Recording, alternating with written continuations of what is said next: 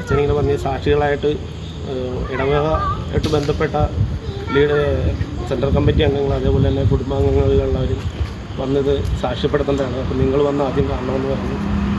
അങ്ങനെ ഞാൻ അങ്ങനെ ചെന്ന് ആദ്യമായിട്ട് കാണുമ്പോഴെന്ന് വെച്ചാൽ ഇത് ശരിക്കും പറഞ്ഞൊരു ബ്ലഡോടുകൂടി ഒരു മാംസം ആയിട്ട് കാണുന്നത്. കാരണം അത് കഴിഞ്ഞ് കഴിയുമ്പോൾ മൊത്തം ഒരു കരുപ്പും എല്ലാം കൂടിയാണ്. അവിടെ നിന്ന് ഇറങ്ങി വന്നത് തന്നെ ഞാൻ ഒരു വിറച്ചുകൊണ്ടാണ്. കാരണം അതിങ്ങനെ പലതിൽ നമ്മൾ വായനയിലും ഇതിൽ കണ്ടിട്ടുണ്ടെങ്കിലും ആദ്യമായിട്ടാണ് ഇങ്ങനെ ഒരു ദിവ്യകാരുണ്യം മാംസമായി മാറുന്നത്.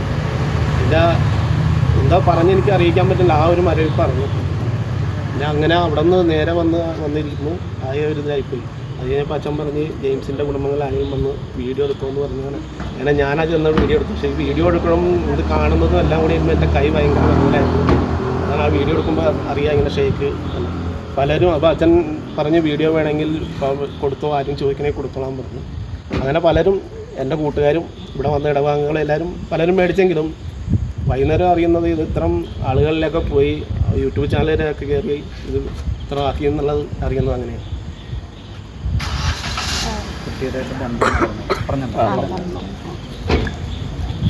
കുട്ടിയുടെ ആരാ? എൻ്റെ നേരെയുള്ള അനിയനാ.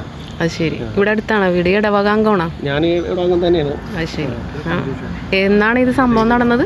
ഡേറ്റ് ഈ വരുന്ന കഴിഞ്ഞ ഞായറാഴ്ച, അതിന് മുമ്പത്തെ ഞായറാഴ്ച ഉണ്ടായി. അതിന് 3 ഞായറാഴ്ചകളായിട്ട് ഇത് നടന്നിട്ടിരിക്കുന്നത്. ആ കുട്ടിയുടെ പേരെന്താ? ആഗ്ന എലീസോ. ആഗ്ന എന്നുള്ള പേര് എലീസോ എന്ന് ഞങ്ങളുടെ അമ്മച്ചിയുടെ പേര് കൂടി കൂട്ടിയിട്ടാണ്. അത് ശരി. ഈ ഇടവകാംഗമാണോ? കുട്ടി ഇടവകാംഗം തന്നെ. അത് ശരി. ഞങ്ങൾ ചെറുപ്പം മുതലേ ഇപ്പോൾ ഞാൻ ചേട്ടനീരും വരെല്ലാം പള്ളിയായിട്ട് ബന്ധപ്പെട്ട് അങ്ങനെ പോകുന്ന ആൾക്കാർ KLC അല്ല, ഇത് അത്ഭുതമാണെന്നൊക്കെ എങ്ങനെയാ പെട്ടെന്ന്? അത്ഭുതമായെന്ന് ഞാൻ പറയുന്നത്, ഞാൻ ഈ കൃപാസന അങ്ങനെയുള്ള ബുക്കുകളിലൊക്കെ അതുപോലെയുള്ള ബുക്കുകളിൽ വായിച്ചിട്ടുണ്ടെങ്കിലും ഇത് നേരിട്ട് നമ്മൾ കാണുമ്പോഴുള്ള ആ ഒരു ഇത് നമ്മളുടെ അടുത്ത്, അതായത് നമ്മുടെ കണ്ണുകൾ കൊണ്ട് തന്നെ നമ്മൾ നേരിട്ട് കാണുകയാണ്.